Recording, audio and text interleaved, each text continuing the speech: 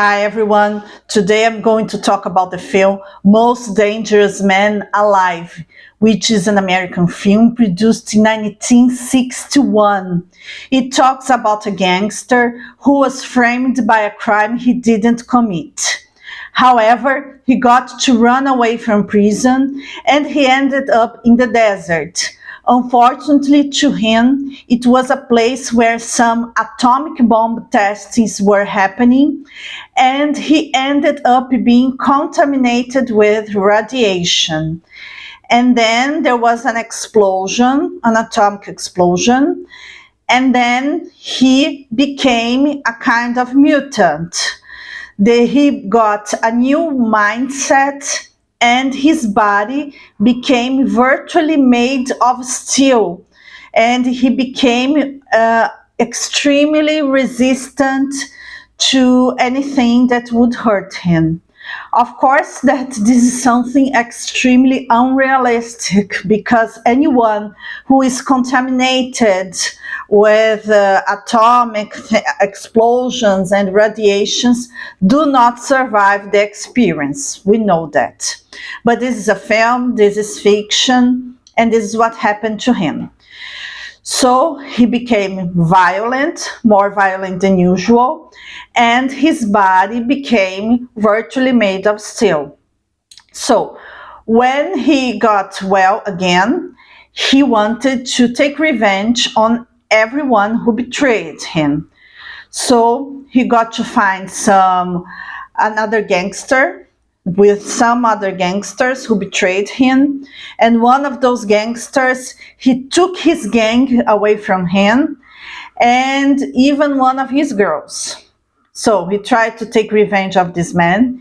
He couldn't find him at first, but he got to find the girl, and then he tries to push her to tell him where he is, but she didn't tell. And this girl, she was a witness against him in court, and he took revenge on her too. Then he got to find the gangsters who betrayed him, and also that gangster who took over his gang. They tried to kill him. They tried to do whatever they could to fight back, but it was impossible because this gangster was virtually indestructible.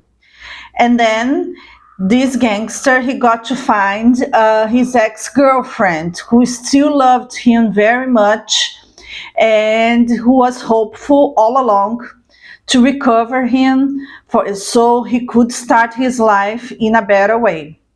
But it wasn't easy. He started to hate everyone, even people who were good with him.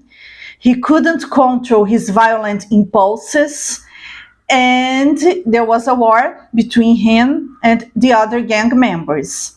The police wanted to arrest him back because, after all, he ran away from prison, and there was also some scientists who wanted to talk to him because they wanted to understand how he could survive such an intense contamination of radiation.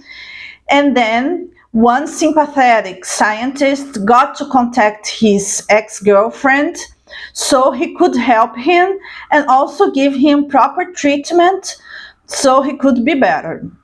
So a persecution started. The other gang members tried to kill him in many ways, with bullets, with electric shock, with fire, and everything failed. Then the police started to more closely chase this gangster. The sympathetic scientists tried to help him. However, the other gang members kidnapped him, so they forced the scientists to call the gangster so he could go to a certain place and be the victim of a trap. And the gangster willingly went there because he really wanted to take revenge on the other guys. His ex-girlfriend followed him, as well as the police. Then his ex-girlfriend begged him to stop, to start his life in a better way, to be treated by the scientists, give up all this thing about revenge. The police found everyone, and there was shooting and many things. And one strategy for the police to destroy him was flamethrowers. So they would throw fire on him, and the gangster would be transformed in dust. And this is what happened. The police got to throw the flamethrowers, and indeed the gangster became dust. His ex-girlfriend was saved in the last minute, even though she didn't want to be away from him. And he became dust because there was no solution for him. He was subject to lots of radiation.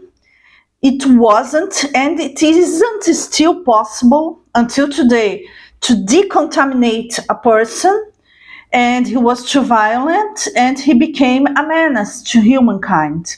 So he had to be destroyed. And this is how the police handled the situation.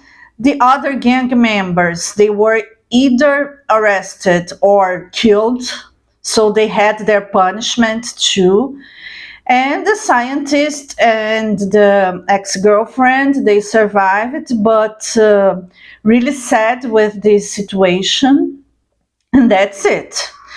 This is a low-budget film, and of course, it's completely unrealistic. It gives us an insight of the Cold War, sorry. It gives us an insight of the Cold War vibe, the atomic bombings. It was all over the news back then. It was a very cheap plot with very cheap scenery. It remains entertaining. Of course, we shouldn't take it too seriously. And it remains as a sort of warning about the threats of atomic contamination. So it has a kind of educative function, even though it's so unrealistic. And it shows that love can be a very good antidote against all the evils of the world. This is something we have seen in many films before. And it's a good film. It's a nice film. It's a short film. And it's a good example of a B film, and the fact that people could do so much even though they had little resources. I recommend this film. It's entertaining. It will always be entertaining. Of course, the plot got really dated because it has lots of things to do with the Cold War and the fear of atomic explosions. But it remains as a good alert, and I think you're going to like it. The actors are nice. And that's all for now, folks. I hope you enjoyed this video. See you!